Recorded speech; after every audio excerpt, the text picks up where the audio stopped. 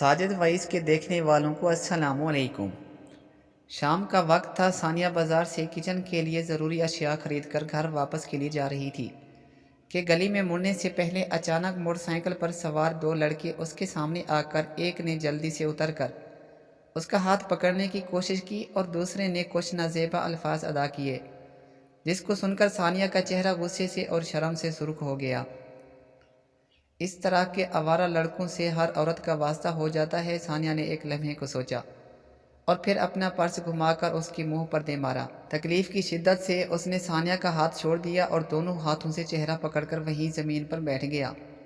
ثانیہ کے لیے اتنی مہلت کافی تھی۔ وہ تقریباً دوڑتی ہوئی گلی میں داخل ہوئی اور دروازہ کھول کر جلدی سے گھر میں داخل ہو گئی۔ دوسرا لڑکا بائک پر اس کے پیچھے آیا، لیکن تب تک وہ گھر میں داخل ہو چکی تھی۔ اس نے اندر سے کنڈی چڑھائی اور رک کر اپنی سانسیں درست کرنے لگی۔ آج وہ گھر میں اکیلی تھی۔ اس کا شوہر کام کے سلسلے میں شہر سے باہر تھا۔ رات کو اس نے جلدی ہی کھانا بنا کر کھایا اور بستر میں گھس کر رسالہ پڑھنے لگی۔ اس کے دماغ میں شام والا ناخوشگوار واقعہ نکل چکا تھا۔ اچانک بادل گرجنے کی آواز آئی۔ تھوڑی دیر بعد ٹھنڈی ہوا کا جھونکا کمرے میں آیا تو اس کو اندازہ ہوا کہ باہر بارش شروع ہو چکی ہے۔ وہ کھڑکی سے جھانکنے لگی۔ سردی کی شدت میں اچانک اضافہ ہو گیا تھا۔ اچانک اس کو باہر دروازے پر کھڑا کوئی شخص نظر آیا۔ وہ تھر تھر کانپ رہا تھا۔ اس کے کپڑے جگہ جگہ سے پھٹے ہوئے تھے۔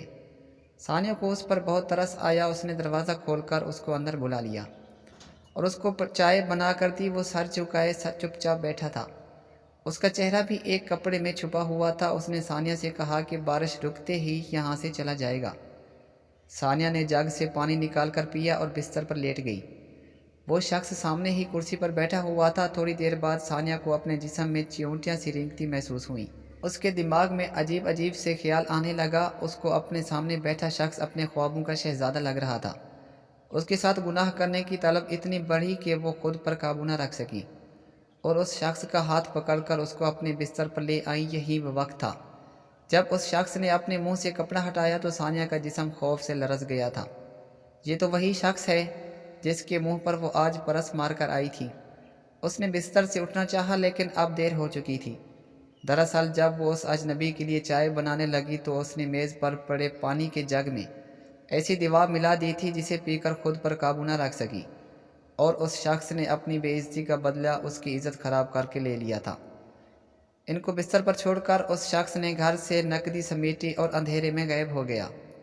ناظرین، اس کہانی سے سبق ملتا ہے کہ گھر میں اکیلی عورت کبھی کسی پر ترس نہ کھائے، ورنہ انجام اس سے بھی برا ہو سکتا ہے۔ امید کرتے ہیں آج کی یہ ہماری ویڈیو آپ کو پسند آئی ہوگی۔ ہماری ویڈیوز کو لائک کریں اور ہمارے اس چینل ساجد وائس کو سبسکرائب ضرور کریں۔